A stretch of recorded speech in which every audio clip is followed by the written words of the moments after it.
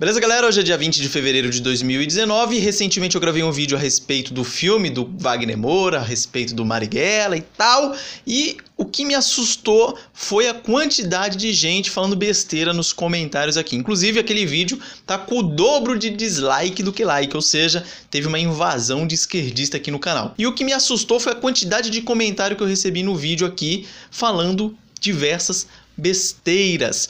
Sabe quando você conta uma lorota aí pra alguém que você sabe que é mentira e aí essa pessoa replica essa lorota e aí você sabe que é lorota, mas você fica quietinho e a pessoa vai passando pra frente aquela lorota e tal, e você tá ali, você sabe que é lorota. É mais ou menos isso que aconteceu a respeito do Carlos Marighella. As pessoas vêm aqui no meu canal, no comentário, fazem uns comentários assim que é claramente mentira, adotaram aquele discurso ali e foi.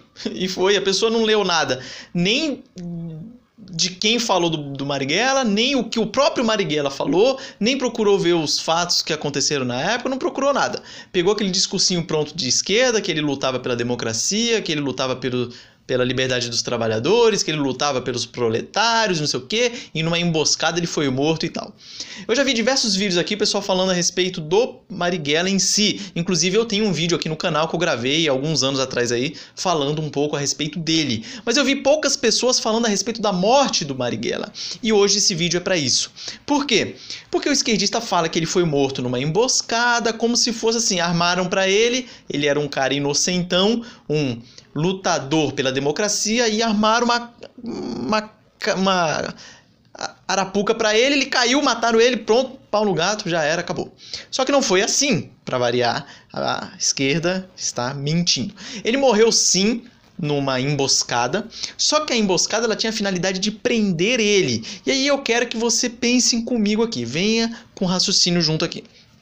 Você acha que para os militares era mais vantajoso matar o líder de um dos grupos mais influentes na guerrilha urbana no Brasil, que era a ALN, Ação Libertadora Nacional, do que prendê-lo?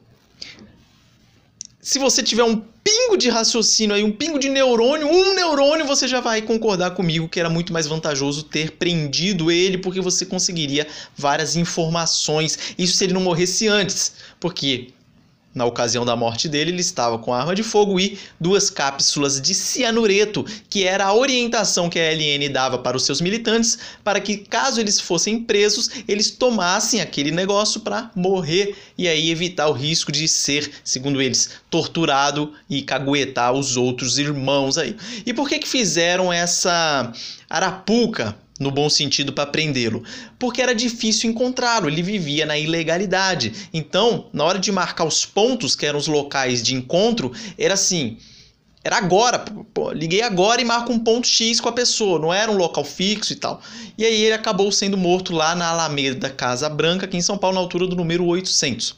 Participou, inclusive, dessa ocorrência o delegado Fleury, que ficou famoso aí, militante nenhum de esquerda, ouve esse nome e fica tranquilo. E eu queria falar um pouco a respeito disso. Então, primeiro foi essa questão, que era muito mais vantajoso ter prendido ele. E outra questão é, nessa situação, nessa ocorrência, morreram 2 pessoas e um delegado ficou gravemente ferido. Será que, para corroborar a versão de que houve um confronto armado, será que os policiais iriam matar 2 pessoas? Será?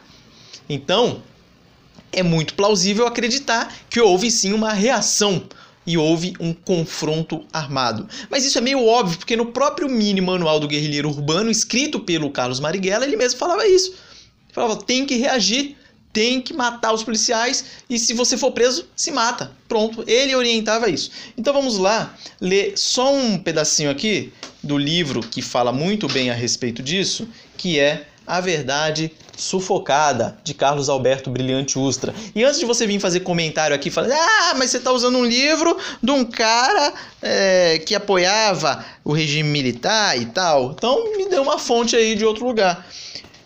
Além dessa fonte do livro aqui, você tem a mesma história no Projeto Orville, que você baixa aí na internet aí em PDF. Então você tem várias fontes a respeito disso, inclusive os jornais da época que vão falar das pessoas que morreram nesse confronto armado. Então na página 173 vai falar lá o seguinte: os dominicanos marcaram encontros em lugar... Aliás, marcavam encontros em lugares pré-estabelecidos e em pontos de contato na Alameda Casa Branca. Faziam parte do esquema o Frei Fernando de Brito e o Frei Ives do Amaral Lesbalpin. E aí ele vai falar de como foram levantadas essas suspeitas, e aí começaram a ficar atrás desses freis aqui e tudo mais, e aí conseguiram, na base da caguetagem, descobrir que o Carlos Marighella ia se encontrar com eles lá em determinado dia e horário. O dispositivo para prender Marighella foi armado. Então, preste atenção aí como é que foi feito. Homens escondidos nos edifícios em construção e numa caminhonete observavam tudo. Do outro lado da rua, o delegado Fleury fingia namorar. Mais adiante, outro casal também namorava, entre aspas. No lugar certo, o Fusca de sempre, com os dois frades dentro. Pouco antes da hora, que era 20 horas o horário marcado, um homem passou devagar examinando o local. A polícia o identificou como sendo Edmur Péricles Camargo, mas o deixou passar. Na realidade não era Edmur, e sim Luiz José da Cunha, vulgo crioulo, que dava cobertura a Marighella. Isso descobriram depois. A polícia preferiu esperar um peixe maior, que era justamente Marighella.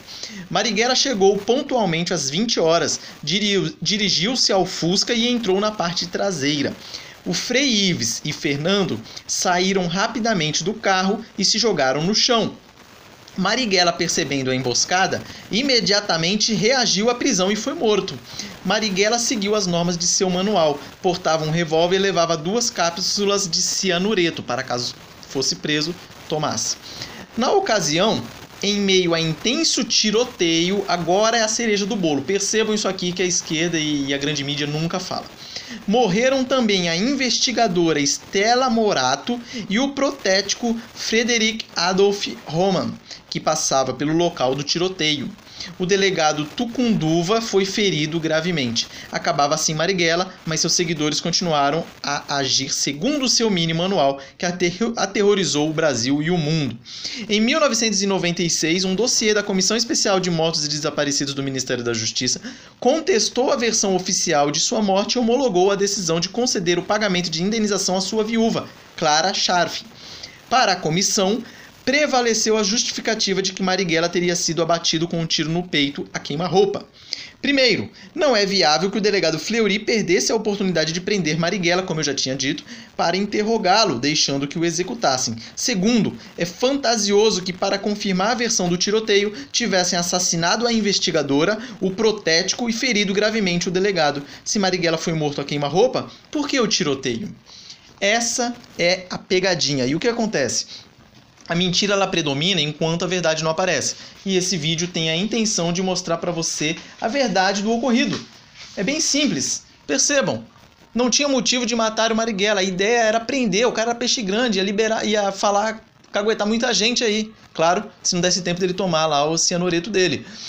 Segundo, não iam matar a gente, ferir gravemente o outro para corroborar com a versão. Se a ditadura era tão mal assim igual todo mundo fala, todo mundo dos esquerdistas, matou o cara, pronto, acabou e fim de papo.